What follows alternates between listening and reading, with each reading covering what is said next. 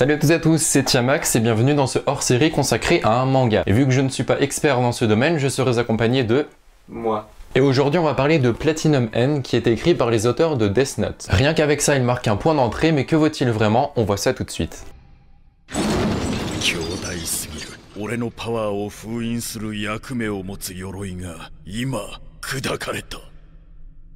Dans ce manga, on suit Mirai, un jeune étudiant qui est à bout de force. Ses parents sont morts étant petit, c'est sa tante qui l'a récupéré, mais elle le maltraite et est infecte avec lui. Il est tellement désespéré qu'il en vient à vouloir se suicider. Lorsqu'il décide de sauter du toit d'un immeuble, un ange le récupère avant qu'il ne soit trop tard. L'ange prétend pouvoir l'aider et pour cela, elle lui donne des ailes qui lui permettent de voler sans être vu, ainsi que 2 flèches. Une rouge qui rend amoureuse de lui toute personne transpercée, et une blanche qui tue instantanément sans laisser de traces. Mirai commence donc à profiter de cette nouvelle vie qui s'offre à lui, mais il va très rapidement se rendre compte qu'il y a des enjeux derrière beaucoup plus importants, des enjeux qui pourraient être mortels.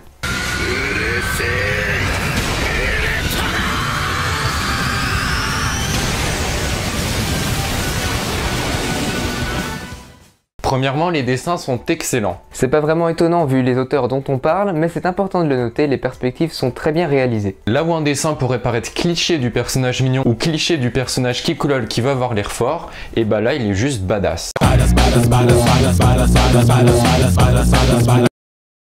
Le trait de l'auteur met vraiment l'histoire en valeur pour notre plus grand plaisir. Ensuite, l'intrigue est vraiment très intéressante. En ce moment, c'est un peu la mode des survival games en manga. Pour autant, la façon dont c'est exploité ici est plutôt originale. Les personnages ne sont pas des ados de 6ème qui se battent pour survivre dans un jeu sur internet.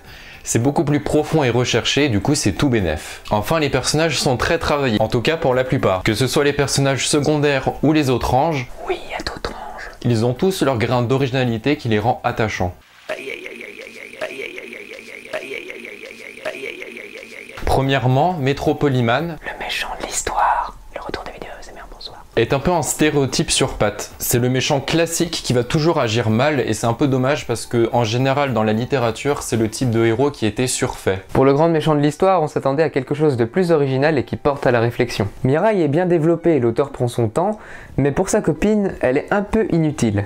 En tout cas pour l'instant. On dirait qu'elle est là pour qu'il y ait un quota de femmes parce que pour l'instant elle n'a pas de réelle utilité et c'est un peu dommage. Alors je suis en train de faire le montage et je vais préciser notre propos parce qu'on était très rapide et du coup c'est très flou et ça pourrait être mal interprété. Ce qu'on voulait dire par là c'est tout simplement que c'est dommage que le personnage féminin n'ait pas plus de rôle dans l'histoire parce qu'on ne va pas vous apprendre quelque chose en vous disant que la littérature forge nos représentations du monde, forge notre perception, forge nos modèles de réussite qu'on va essayer de suivre plus tard. Qui n'a pas rêvé d'être Harry Potter quand il était petit, et du coup si tout de suite on véhicule déjà des modèles de personnages féminins qui servent à pas grand chose, c'est sûr qu'après quelques années plus tard on se retrouve avec des personnes qui véhiculent encore ces idées, et du coup voilà, c'est vrai que c'est un peu dommage que le personnage féminin n'ait pas trop d'importance pour l'instant, et voilà, c'était ça ce qu'on voulait dire dans notre propos, mais c'est vrai que c'était assez flou, du coup je le précise pour pas qu'il y ait de malentendus. Enfin, je trouve que Mirai est un peu le cliché du héros qui a une vie nulle et à qui il arrive tous les problèmes possibles. Oui, mais c'est beaucoup le cas pour les héros de shonen, et puis le contexte veut ça. C'est vrai.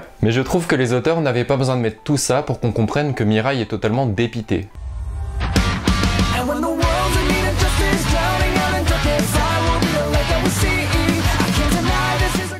On a beaucoup aimé, c'est au final un très bon manga. En plus, c'est pas très cher, c'est 7 €, du coup profitez-en. Il y a actuellement 4 tomes de sortie en France, du coup si vous n'avez pas commencé, profitez-en, c'est pas très loin à rattraper. Ce qui veut aussi dire que certains points négatifs abordés dans la vidéo se corrigeront peut-être au fil des tomes et des chapitres. C'est déjà la fin de cette analyse de Platinum End, on espère que ça vous aura plu. Si c'est le cas, n'hésitez pas à laisser un petit pouce bleu, ça nous fait toujours plaisir. Vous pouvez aussi vous abonner à sa chaîne pour ne rien manquer. C'était Tiamax et Diaruga. On vous dit à très bientôt. Ciao.